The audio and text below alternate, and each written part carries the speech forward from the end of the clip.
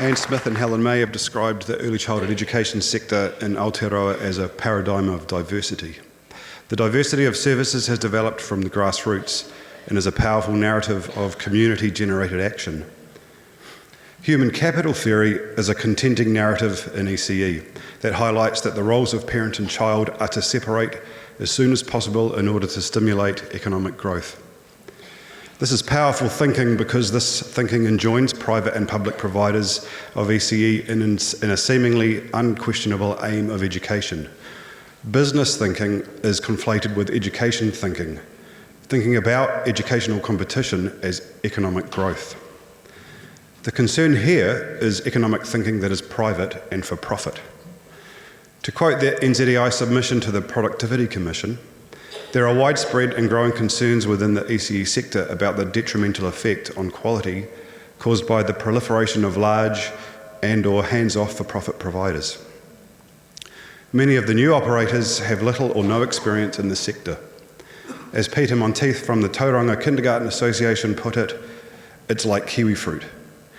Everyone thought there was big money in it and lots of people got into it.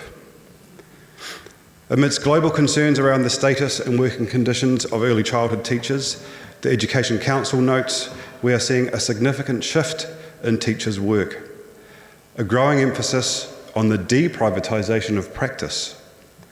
This systematic deprivatisation of the teacher's work should start, I think, with the deconstruction of the privatisation of educational thinking.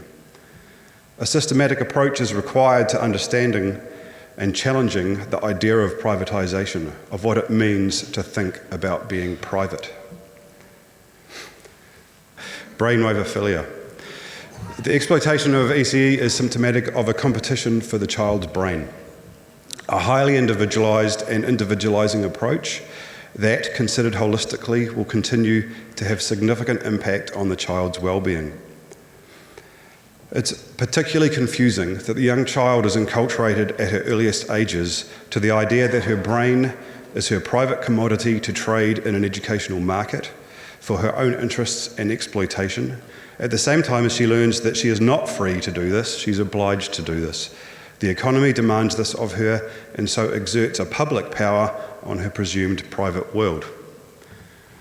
Within this paradigm, the early childhood teacher is both valued and dismissed.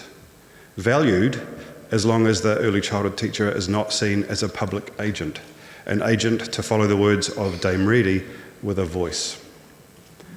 Brandology.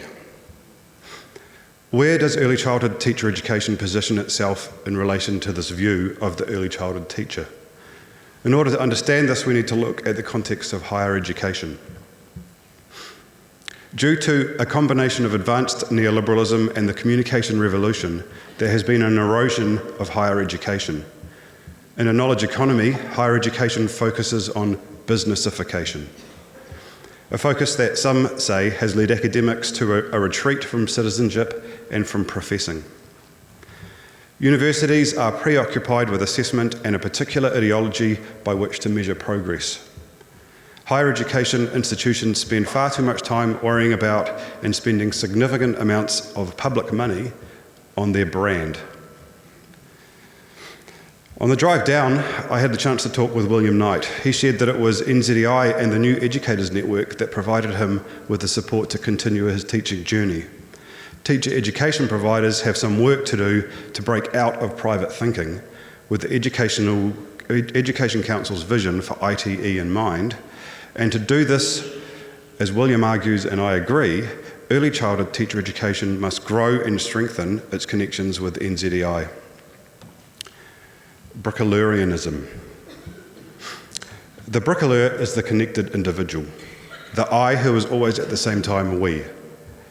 The I-we bricoleur thinks about self in relation to solidarity and community, networks and advocacy, about creating, tinkering, thinking and sharing. The bricoleur is the poet. Poetically we dwell. Our dwelling today is harassed by work, made insecure by the hunt for gain and success, bewitched by the entertainment and recreation industry, bewitched by privatisation. Apologies to witches. Why poetry? Poetry thinks beyond the private. Poetry is a release from privatisation. To write poetry is measure-taking, understood in the strict sense of the word by which we first receive the measure of the breadth of being. Designer Ralph Kaplan has said, "One of the rules of a well-run corporation is that surprise is to be minimised. Corporations that want to minimise surprise have no business in ECE. This is because surprise is one essence of early childhood education. Aotearoa requires systems that unleash the poetry of early childhood education and that unleash the surprise of early childhood education. Mā te huruhuru o te ao whānau, ka puta mai ngā rangatira o āpopo. By the many strands that connect us as family, the future leaders of tomorrow are created." Kia ora.